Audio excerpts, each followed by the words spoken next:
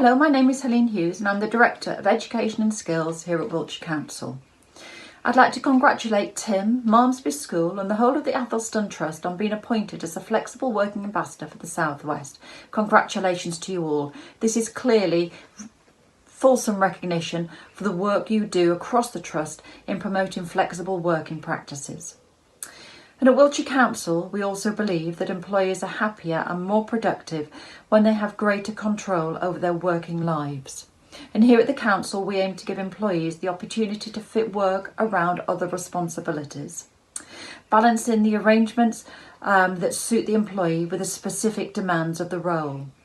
And at Wiltshire Council, we positively encourage flexible working, and this has made a really big difference to the ways we work and our people.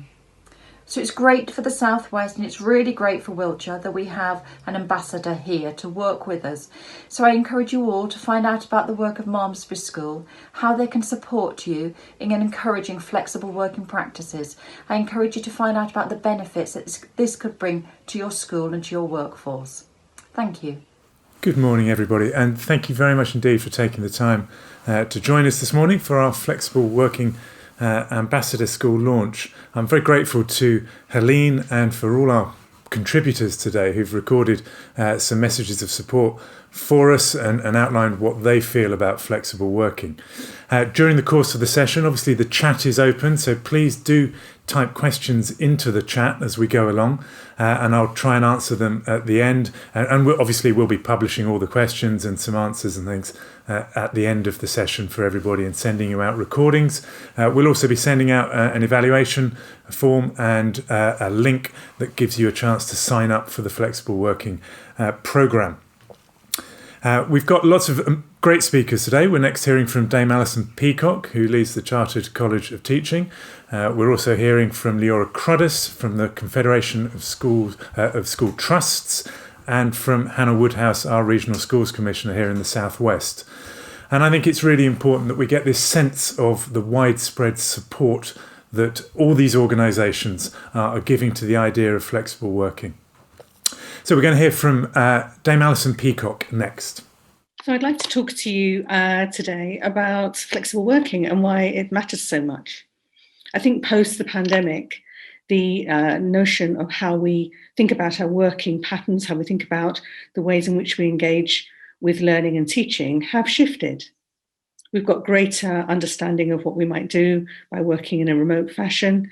We've got greater understanding of the world maybe and what really matters to us. So at the Chartered College, we have really embraced flexible working in that because we're not employing teachers to work the school day, but what we're trying to do is to get the very best people who will come and contribute to our college. So we have colleagues who are based in Europe. We have colleagues who periodically are working from overseas for other reasons. We have colleagues who have maybe a compressed timetable in terms of their working hours so that they can also engage in study. We're very keen that we can enable people to develop. We have colleagues who are based all over the UK, and we don't see a need for everybody to travel into the office and fulfill that kind of presenteeism that office working has so often entailed in the past. But as a head teacher and working in a school, obviously you've got to manage the demands of the school day. But there's something really important, I think, about also managing the demands of having the best possible colleagues that you can have working in your school. So if you have a subject specialist who's only available to work for the hours during the school day when their children are at school, and it means that you've got that subject covered by an excellent teacher, it's the timetable that is the enemy rather than the member of staff that wants to work in those particular ways. It's about thinking differently about how we prioritise what happens within our school and why. Who are the teachers with the greatest talents in which areas? How do we make sure we deploy them effectively?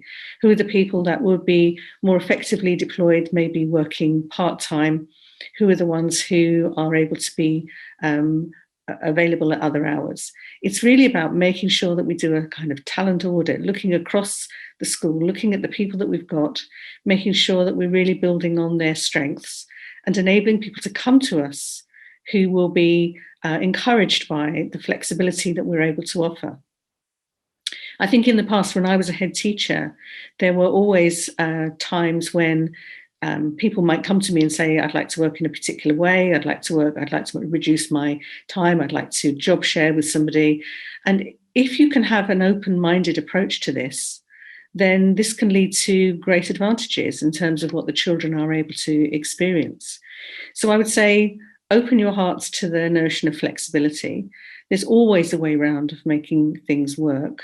And for me, this is about how you attract and keep the very best talent within your school or your group of schools. So I wish you luck. I hope the conference goes really well today, and keep flexible. Thank you very much. So it's lovely, I think, to hear that phrase, open your hearts to the notion of flexible working. And I think one thing that we're really keen to talk about is that this is about feeling that this is important. This is about organisational culture. The logo on the slide in front of you now comes from the Flexible Working Families organisation. There's a myriad of organisations and resources out there to support you in introducing more flexible working into your workplace. So we're going to hear shortly from some of our staff in school telling their stories, but I'm just going to run through a few slides that try and give a flavour of why we think flexible working is so important. First of all, I would just like to make clear that all schools, we know, already have lots of part-time staff, and employers across the sector are very good at offering some flexibilities. But there is more that can be done. And I think this is a useful slide that just goes through some of the variety of different sorts of flexibility that we can offer. And here at Malmesbury and in the Athelstan Trust, we use all of these different ways of offering flexibility to our staff. So part-time is obvious, but job share as a formal structure, job share informally, late starts, early departures, remote working, compressed hours squeezed in, sabbaticals, different contract lengths, including holiday time and different amounts of that, occasional bits of flexi time. And I think really importantly, the last one here, about flexibility for family days, those days when you need to go and take an elderly parent or relation to a hospital appointment, or you need to see your child's nativity. Those things should be automatic, and staff shouldn't feel bad about requesting those. So why do we think this is so important? I think it's important because it's the right thing to do. We know our staff work incredibly hard. We know that they are juggling all kinds of difficult things, as all employees are, as all of us are, whether it's family commitments, whether it's other interests, whether it's health issues, whatever it is, there's a lot going on. Flexibility in the workplace is the right thing to do. And we should be modelling really respectful relationships between employers and employees, between all of us who are working together in schools, and showing that, and this is important for showing children that we're doing this, showing the children in our care that we treat each other with respect. Alison again mentioned the importance of recruitment and retention. This is a huge challenge for the system. We know 33% of newly qualified teachers leave in their first 5 years. That's a hideous waste of talent. We need to make sure that we can offer a route through a long and fulfilling career where we don't end up with staff who are stressed and burnt out because of the challenges of working in schools. We need to show that we are inclusive. We need to be attracting the best employees from all kinds of sectors of society and employees who are dealing with all kinds of things. One of the key steps towards making schools more open to equality, diversity and inclusion issues is offering genuine flexibility, not only in work but in the recruitment process, showing that you're able to adapt your process and meet people's requirements. We can save money if we get this right. Flexibility is a huge advantage. If we're recruiting less, if we're retaining staff more, we're spending less money there. We know, and it's in some ways not something to be proud of, but we know that staff who work part-time always give more than their hours. The organisation gains by offering people flexibility. And we know that we should all be working together to look after each other and have positive relationships between employers and professional associations and trade unions.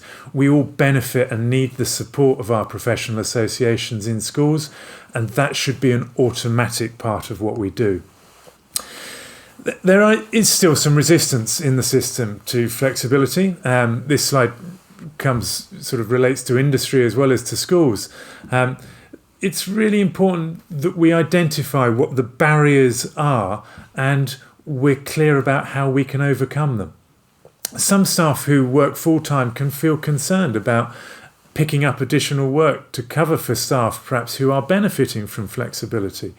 Some senior staff will think that it's too difficult to organise the curriculum, or there are some jobs that just can't be done flexibly. But crucially, this is, as Alison said there, and I think we'll pick up throughout this thing, this is about organisational culture. We should start from the basis that we can make this work. So let's take on some of those myths. So there's a great website, Flexible Teacher Talent. Again, I recommend it to you. There is always an assumption from timetablers, I've written timetables, many of us have, that it's impossible to timetable split classes, part-time working. We know it's not true. The timetable can accommodate anything. It's about us getting better at doing it. And we know there is no evidence that split classes at any age group have a negative impact on children. We know that staff who can work flexibly are happier, they are more secure, they're less likely to be off sick. We know that benefits children. There's no impact on educational outcomes of having 2-3 great staff sharing a class. The idea that if you accommodate one request, it's going to open the floodgates. Lots of our staff can't afford to work flexibly, don't want to work flexibly at this stage in their life and this stage in their career. But actually, this is a thing that time has come. We should be open to flexible working requests from everybody. We can't always meet them exactly. We should be open and positive about them. So what will we do as a flexible working ambassador school? Well, we're running training events like this. We're happy to come and talk at all kinds of events and conferences. I was talking to Southwest School and Trust business leaders in Taunton yesterday. We're happy to work in detail with some specific schools who choose to contact us and say they really want some help. I'm happy to come in, do face-to-face meetings with governors or leadership teams about how we can make this work. And we're happy just to provide advice on an ad hoc basis as well. So please do get in touch with us.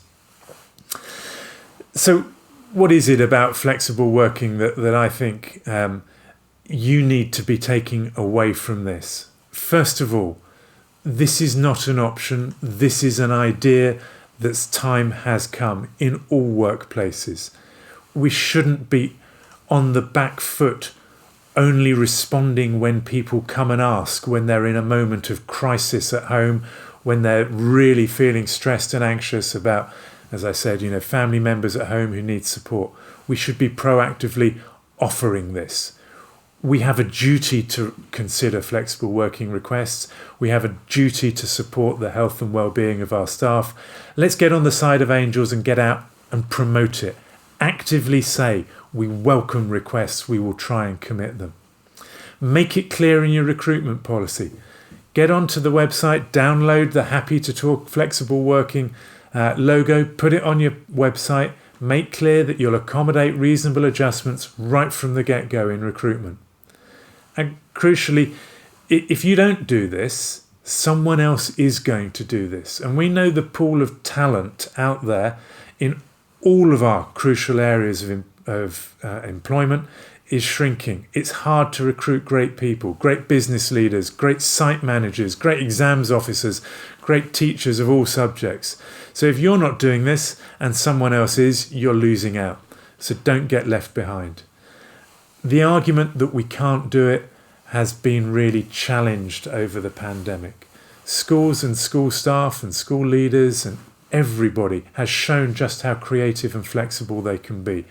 The argument that we can't do this doesn't really stack up anymore. So we're going to move on now to have a look at some videos of case studies from some staff in the Athelstan Trust talking about their experience of flexible working and how it's worked for them. Hello, I'm Emma Jane O'Neill. And I'm Michelle Kilburn-Bond, and this is our flexible working story.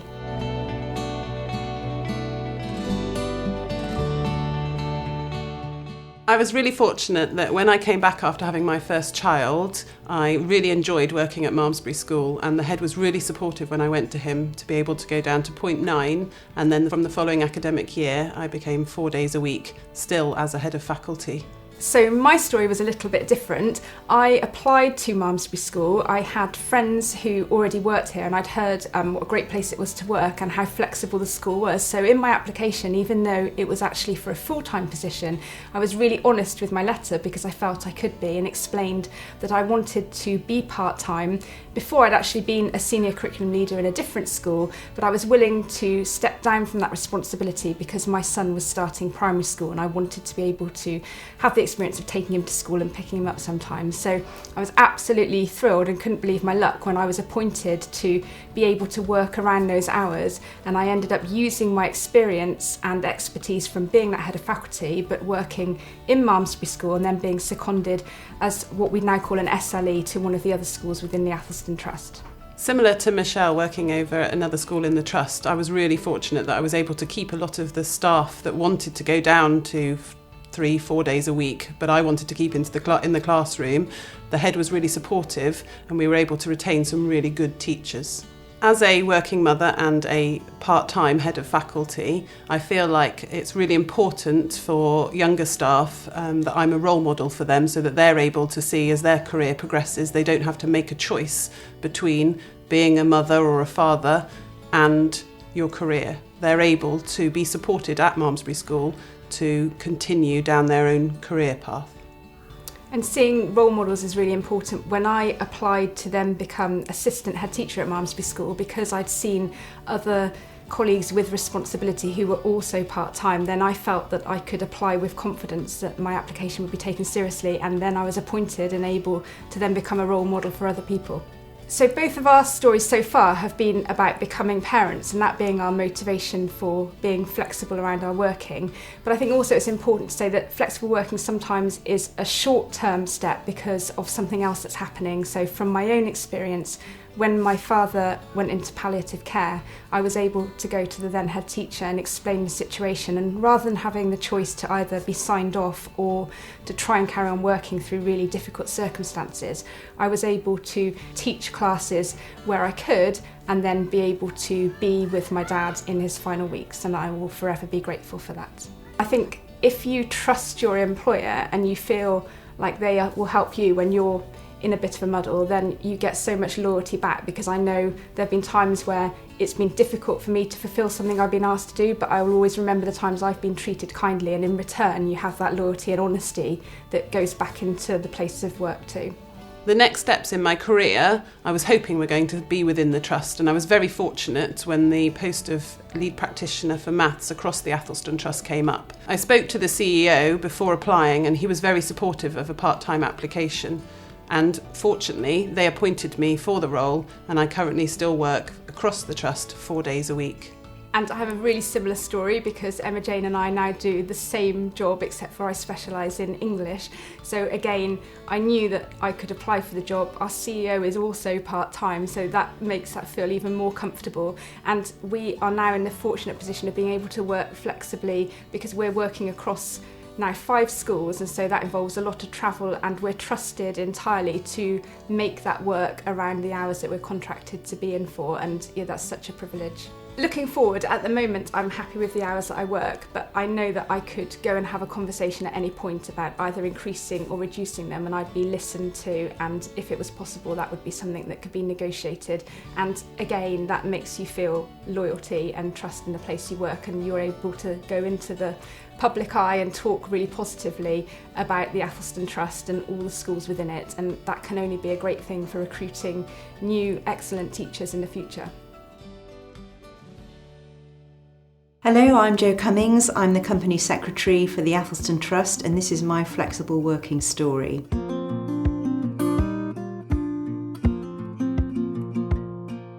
I work in a small team and we're all part-time, so the most important thing for me is that I have one day off a week, and I don't really mind which day that is. So it's great that I can flex if there's a particular pressure on workload, and it's good for me to work a different day than normal. So sometimes that's the only day we can get together for a meeting, might not be one of my normal work days, and I'm very happy to be fluid. Also, I do some work with meetings in the evenings for the Board of Trustees. So if we have a late night, sometimes it's good not to have too early a start the next day and to be flexible in that way as well. A huge advantage for me is that I've got an elderly mother who needs quite a lot of support, and it's great that I can attend specialist hospital visits with her on different days and then work another day to compensate for that. So I'm really proud that I work for a trust that enables me to be able to balance both family commitments and work commitments and not feel that I'm missing out on either side. It's great to hear from some of our staff there, and we've got more case study videos on our website and YouTube channel about different styles of flexible working from a range of staff. So next we're going to hear from Leora Cruddas, who's the CEO of the Confederation of Schools Trust, CST, who's become one of the most preeminent and interesting voices in education over the last couple of years. Good morning, colleagues. I'm delighted to be able to talk to you this morning at the launch of the Avon Teaching School Alliance's Flexible Working launch event. I'd like to start with a look at the bigger people picture. So I think our human resources function should not just be tactical, it should be strategic. So how do we create a culture in our organizations where all children and adults thrive? Schools and trusts are not just the buildings that we inhabit. Schools are the people, the relationships, and the way that people feel. Ensuring that there are enough high-quality teachers in England's schools is crucial for delivering a first-class education for children and young people. And attracting and retaining enough teachers is a key challenge facing schools and trust leaders today. So providing more opportunity for part-time and flexible working may provide part of the answer. Although a number of teachers are working part-time, and this has been rising since 2010, considerably fewer teachers work part-time compared to the average in the wider economy. So I'd like to honour this issue with evidence. I'll be talking through the National Foundation for Educational Research's 2019 research on part-time teaching and flexible working in our schools. NFER found that 36% of secondary teachers and leaders would ideally like to work part-time, compared to the 19% who currently do, so a difference of 17 percentage points. This NFER research investigated the demand for part-time and flexible working and the barriers for leaders and how these can be overcome. It comprised an analysis of the national data alongside survey questions and interviews with school leaders. So a number of important findings from this research. Part-time and flexible working is strongly influenced by the extent to which senior leaders take a proactive approach to encouraging different working patterns. This can include being systematic about asking for annual submissions to changing working patterns, checking these with timetables and timetablers and staffing forecasts, and then negotiating further with staff, who also need to be flexible around their requests.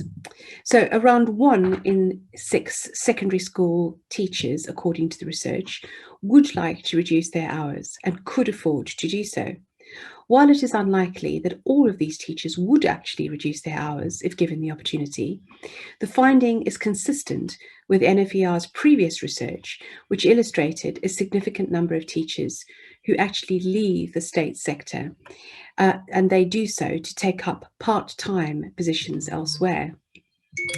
So the NFER research found that there are a series of worrying beliefs among our staff, which in fact may or may not be true, depending on the culture of the school or the trust in which they work.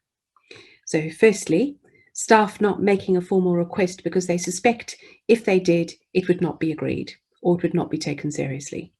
Secondly, staff feeling worried about the effect part-time working may have on their future career progression. And thirdly, a lack of potential job sharing partners in the department or in the school or in the trust. So why is this issue proved so intractable over time? The main barriers for school leaders are ensuring the continuity of education for pupils and timetabling, the constraints on flexible working patterns other than part-time working, some communication issues, and the additional costs often involved in allowing for sufficient time for planning. But there's some powerful reasons why we should look at how to overcome these barriers, and indeed how these barriers can be overcome. The benefits could be quite profound. So increased staff retention and recruitment, but particularly teacher retention and recruitment, improved staff well-being, so the ability to retain specialist expertise and curriculum breadth, and an opportunity to reduce staff costs by looking at the total number of teaching hours required. So I want to zoom back out and return to this concept of the people strategy.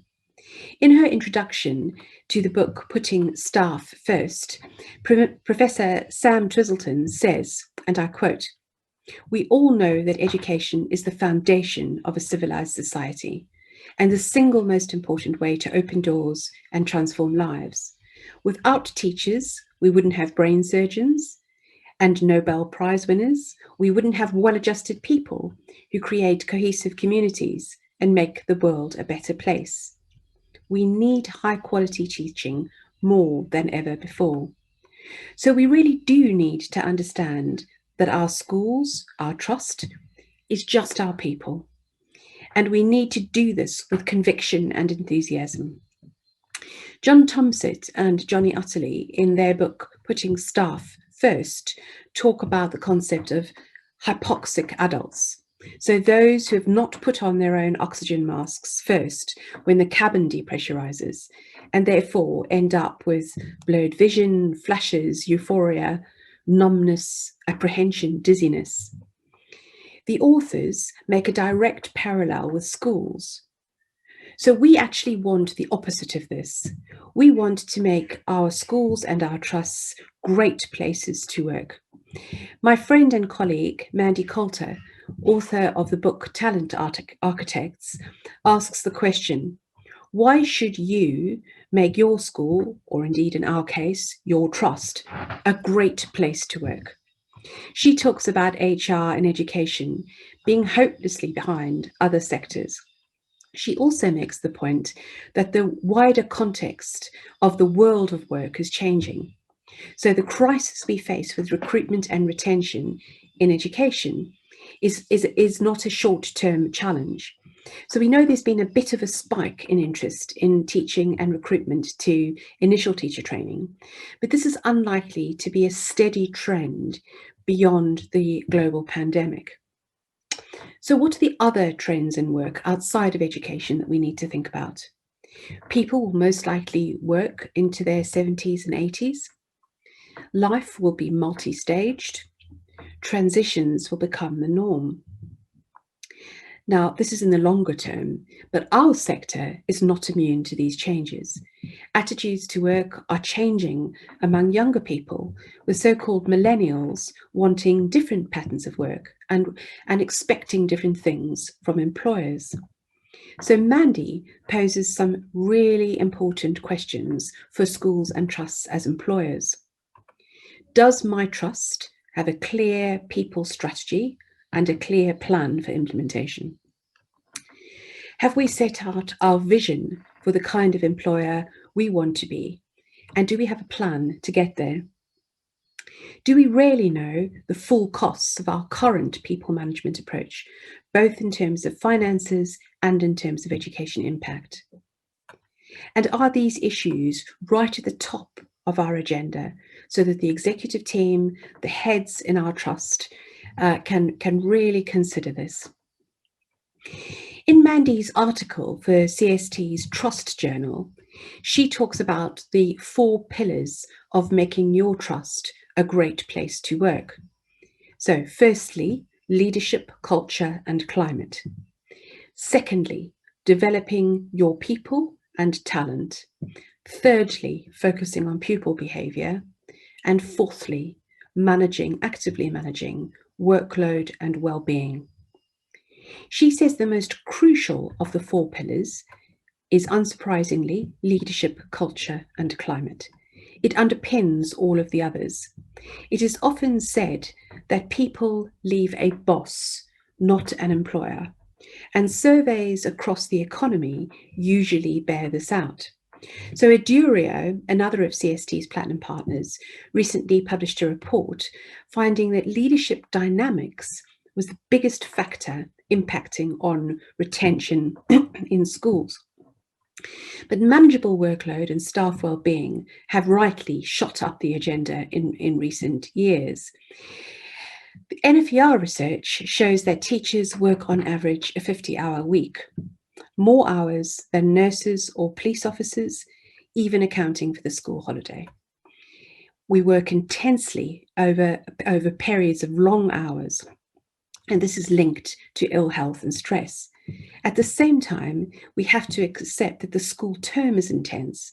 So whilst attempts to reduce the workload itself is very important, we need to go beyond that and create a culture of well-being so that staff feel valued, they feel cared about, and they feel able to cope with the pressures at key work times.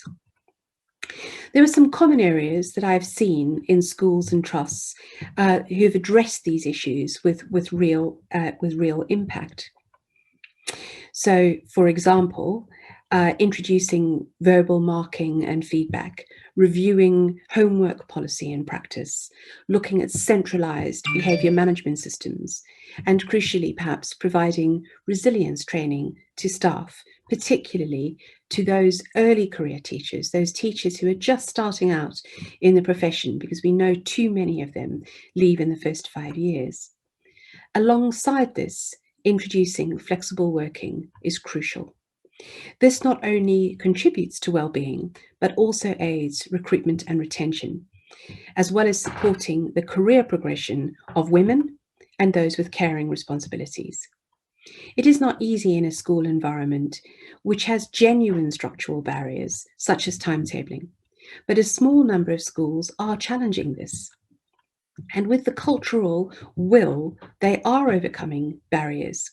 So we need a radical shift in this area so that our sector is competing in the modern world of work for the talent that we need to attract into education. So I've said human resources is often low level, reactive and transactional in nature in our sector. While it performs basic functions, these are not going to create the conditions for our school, our trust, to be a great place to work. Many successful commercial, charitable and public sector businesses have started to address this, and indeed have addressed this some years ago, and have human resources teams at the top table, so really impacting on strategy through a focused approach to our people, to people strategy. All trust boards, in my view, need this input. I have no doubt that as a trust and as an employer, you already recognise this, which is what today's event is all about. The fact of this event means you are thinking deeply about how you can benefit from creating the conditions for greater flexibility for your staff. If your approach to flexible working is located in a wider people strategy and a culture within all the schools in your trust where every child and every adult can flourish, then I have no doubt that you will go from strength to strength. Thank you. It's great to hear from Leora there, picking up some really important themes, the importance of organisational culture, how this sits in a long-term strategic view, and the importance of governance in that. And I think that's an important message for us to take away about how we can deal with our trust boards and our governing bodies, and that notion of being a great place to work. I hope also you're getting a sense from our speakers, and we're going to hear from our Regional Schools Commissioner in just a minute. You're getting a sense of how many of our big educational organisations and representative bodies are really supportive of flexible working. And it's crucial to see that context. The Department for Education is investing in this. Ofsted are supportive of it. The trades unions are supportive of it. These big sector organisations are supporting this. This is an idea. This time has come. So we're going to hear now from Hannah Woodhouse. I hope you are writing some questions into the chat, and we'll do some Q&A once we've heard from Hannah. Thank you very much. Hello, my name's Hannah Woodhouse and I'm the Regional Schools Commissioner for the South West. I'm delighted to be able to contribute to the Flexible Working launch event today at Malmesbury School. I think that this year has illustrated better than ever the opportunities that we have for more flexible working around and to suit different people's personal needs and circumstances in order to get the best out of our teams. I've worked part-time for most of my working life, over 20 years, and have worked in central and local government and in private organisations in this country and overseas. We have about 70 members of our staff working across this region, and most of them work flexibly, part-time or in job shares. I find that working part-time means that we are better able to keep a healthy balance with family, more efficient about how we work and where we spend our time, and better able to access opportunities that might otherwise not be possible to access. We are better able to attract and keep experienced and talented staff who have responsibilities elsewhere. And this is exactly the same with schools. Recruitment and retention and staff wellbeing are the top priorities for any school at the moment, and have been for some time. If we are to continue to improve the quality of teaching in our region and nationally, which is the single thing which will have the biggest effect on the outcomes of children, particularly the most disadvantaged, as well as those hardest hit as a result of this virus, we have to focus on how we can recruit, develop and retain really skilled and committed teachers and leaders. Schools are competing in the 21st century labour market where many organisations are offering flexibility. Increasingly, schools are realising that creating a culture of flexibility where staff wellbeing and job design are critical. Schools are finding that offering roles which can be done in a job share or part-time, for example, is not a risk, but can broaden the pool of experienced, diverse and talented teachers we can recruit and keep, and then keep them longer in roles which they love doing and develop staff and school wellbeing as a result. In creating a culture that promotes flexible working, school leaders have the potential to create new opportunities for addressing teacher supply, alongside promoting greater diversity in the workforce. Flexible working can also have a positive effect on staff wellbeing. Expanding and promoting flexible working opportunities for school leaders and teachers formed a key element of the department's recruitment and retention strategy, which was published in 2019. Some of the things that the department is doing include partnering with TimeWise, a specialist flexible working consultancy, in summer 2020 to deliver practical support, and case studies developed as part of this project were published in May this year. We've also published a suite of resources developed with sector experts on gov.uk. This includes guidance and the results of a recent research project into flexible working in schools. We've appointed 8 flexible working ambassador schools like this one to champion flexible working by modelling flexible working culture and sharing good practice. The ambassador schools will share their experiences, resources and expertise and provide peer support to schools in their region to create change in their local networks. That's the purpose of today. And we've also awarded TimeWise Flexible Working Consultancy a contract to deliver training for school leaders. This webinar-based training will take place in the autumn this year and be offered on a national scale to school leaders, including heads, MAT CEOs, school, HR and business leads, governors and trustees. It is really exciting to see teachers and leaders in schools and trusts taking on flexible roles, providing a broader range of opportunities for a broader range of people. Once again, I think the pandemic has demonstrated what is possible here. Thank you very much. Lovely to hear there from Hannah. And again, she highlights the resources that are available. She's pointing us in the direction of the support from the Department for Education. There is just a wealth of useful support and resources available online. There are lots of links on the department's website, on our website, that can take you to other organisations that some of the evidence we've drawn on in the presentations today. You can find the evidence to counter people challenging whether we can make flexibility work, practical tips about how to do it, and overwhelmingly that sense of the support that there is right across the system in education, because that's what we're talking about, but in all areas of workload. flexible working is an idea whose time has come. So got some questions coming up in the chat. I'm just going to have a look and see what we've got. So nice, Mike Harrison. Good to hear from you, Mike, from the NEU.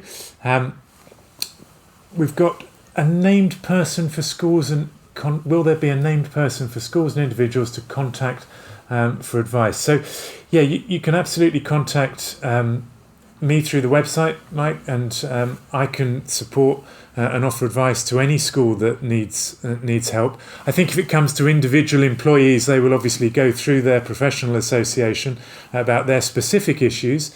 But if there is then a suggestion that the school needs some help and support to accommodate reasonable requests, then absolutely they can contact us here at Malmesbury through the website, and we'll get in touch. We'll be in touch, email or phone. So yes, please do share our contact details with all your members when you're having these discussions. I know it's a big piece of work for all our professional associations supporting colleagues making these requests, and Ian as well. Coming in, just a supportive comment from the NEU, so that's great. Thank you, Ian. It is really important for all of us that we see our obligation from here, and we get this sense that we are all working together for this same goal. Obviously, I work part-time now. All of us involved in this project work part-time or have flexibilities in our employment. Hugh, who is brilliantly managing all the technical side of this, works flexibly as well. So it is possible for everybody. We can all find solutions, and I think if we have the attitude in mind that there are solutions, then we can do that. I see Sarah has just shared the web address in the chat there that you can capture, so there's all sorts of contact details and resources on there, and as I said, there are a whole variety of other flexible working stories from other colleagues in the organisation on the website there as well. So we've got one from Victoria here, who's just at the start of her doctorate, which is brilliant. So one of the reasons I'm working flexibly is because I'm doing my doctorate at the moment. Mentioned culture, really interested in how we address it. How do we propose to support some of the more resistant schools? I think that's a great point, Victoria. So much of this is about that organisational culture, and we just have to call it out. We have to challenge it and say, look, there's no point in putting up barriers. There's just no point in saying this can't be done or shouldn't be done. It has to be done. We risk losing so many great staff if you're not convinced of the argument for yourself. If you're not feeling it in that way, then it's a selfish argument that says other schools will take a competitive advantage and they will take your best staff, and you will be dealing with people who are seeing increased absence, increased mental health issues, burnout, all those kind of things. We just have to say it's the right thing to do, and there's lots of support out there. You'll be able to get support from colleagues in the Regional Schools Commissioner's office, in any of the professional associations, whether it's as a school leader, whether it's yours or whether it's the ones that your staff are involved in. All of the unions have supportive information on their website about flexible working, and they will work with you to find solutions through this as well. So I think we have to challenge it, Victoria. I think we have to show that it is possible. That's what we're trying to do here. And also we need to celebrate the success. So most schools already have staff working flexibly. There aren't any schools that don't have any part-time workers in them. So we know it can work for some people. We just have to understand it can work for everybody. So from Jane from Cabot Learning Federation, thank you, Jane. Do I think COVID has accelerated this? Well, I think so, and I think we heard Hannah, Leora, and I think most of the speakers saying that actually the pandemic has changed the way we think about this. We've seen the profession respond in an incredibly professional way to this. We've seen all of our staff at every level, our cleaning staff, our catering staff, everybody step up and meet the challenge of doing things differently. And if nothing else, it shows us that we can do things differently in a hurry and do them really well when we need to. And all employees in the schools have stepped up and shown that. So yes, I think the pandemic's changed that. Obviously, the technology means that remote home working is available in a way that it wasn't before. We're much, much better at that. We're much better at being able to have meetings when people are at home. There's governors' meetings. I think most schools will have online parents' evenings, a huge step forward for staff who are able to go home and have the parents' evening at home, and supporting parents who don't have to leave work early to come in. So definitely, I think the pandemic speeded this up, and it's taken away the excuse that we just can't change. So another one here about timetabling, Flex, that's come up from, I can't see your first name, it's E. Hawes. So yeah, I think one of the things with timetabling, there's always a risk with timetabling that you end up with one person who can do the timetable, who has then the power to say, well, we can't do that. It's the old computer says no sort of argument. In actual fact, the timetable can be written around all staff requirements. And as I say, every school has a timetable that accommodates some part-time working. It may take a little bit longer. It may be complicated. Sharing examples is always difficult because everybody's context is so different. So a small primary school, a large secondary school or academy trust where staff are working across more than one school, all of that context is different. But within our network, so we have, I was talking to one of the great primary head teachers within our Teaching School Alliance, Conrad, out in Acton Turville, who's happy to talk to primary colleagues and happy to put people in touch with other primary heads he knows who work really well with flexible working requests. We've got experience within the trust of timetablers in secondary schools who can do this, and I know there are other colleagues on the call today who can provide support. So if anyone comes with a timetable issue, we will try and find someone whose context is similar and match you up. So one there from Cheryl from the NASUWT, losing valuable staff due to inflexible attitudes. I couldn't agree more, Cheryl. One of the examples that I refer to, we had a fabulous colleague here who worked as head of English, and he needed to move in one of the schools in the trust, not head of English here, but in one of the schools in the trust, and he needed to move closer to his home in central Bristol to support his young family. He applied to a school there and was offered the job, and they said, he said to them, I notice on your employee handbook that you require all the staff to be in school till 5 every day. And he said, I'm sure that wouldn't be a problem for me to leave at 3 one day a week because I want to pick up my children from nursery just down the road. And the school said, no, you've got to be at your desk till 5. He walked away, they didn't get him. A superb colleague who's then gone on to work somewhere else in a school that was prepared to shoot itself in the foot and lose the chance to hire an absolutely brilliant head of English for the sake of someone sitting at their desk for an hour and a half after school had finished. I mean, what a ludicrous situation. So yeah, we really need to call that out. Lovely to hear from Gemma, former colleague. It's lovely to hear from you. See some of your stuff online, and I know you're working in coaching now, which is great, supporting colleagues. James, thank you, James Passmore. And picking up, James, that bit that Leora mentioned about the sort of strategic imperative of this and that notion of a people strategy for trusts that Leora spoke about very powerfully and clearly. And I think it is important to see flexible working sitting alongside our work about equality, inclusion and diversity, and supporting colleagues and thinking about recruitment and retention and supporting our most talented staff and working within the early careers framework and the new MPQs framework. All of this needs to come together because I come back to that phrase that Leora used a couple of times. What we all want is we want our schools to be a great place to work. And we want them to be somewhere where people can have a rich and fulfilling career that works with their family life, that delivers great outcomes for our children. And I think, again, crucially, role models, flexible working to children. and to their parents, and makes it seem normal and makes it seem okay. And if our staff are happy and fulfilled and able to work in a way that meets the rest of their needs in life, whether it's, as I said, family or ill health or disability or just other interests, just studying. Isn't it great to hear people doing doctorates as well as working, and doing master's degrees as well as working, or training to do something else, or getting into coaching, all those kind of things that can sit alongside a career in teaching. So yeah, we should be doing that. Sarah has reminded me in the chat again that we're sending out an evaluation form and forms to sign up to be a participant school. So if you want any more support from us, that's great.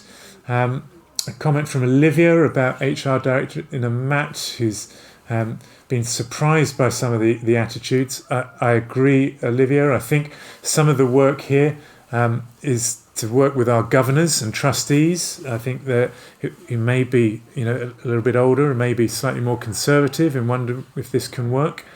I think that's really important. Point about gender pay gap, hugely important. We know we lose an awful lot of really talented women from school leadership because they feel they can't make school leadership work with a flexible approach to work. And we need to say, you can be the regional schools commissioner and work part-time. You can be a head teacher, a deputy head, an assistant head, a school business manager, an exams officer, a site manager, all of those things. You can be any of those part-time, and that should be automatic, and that hopefully stops us excluding people from the profession. Okay, so Conrad, whose name's mentioned there, just chipping in, so thank you for that, Conrad. Olivia, who's working part-time from September, that's great. I think you'll really enjoy it. It makes a real difference.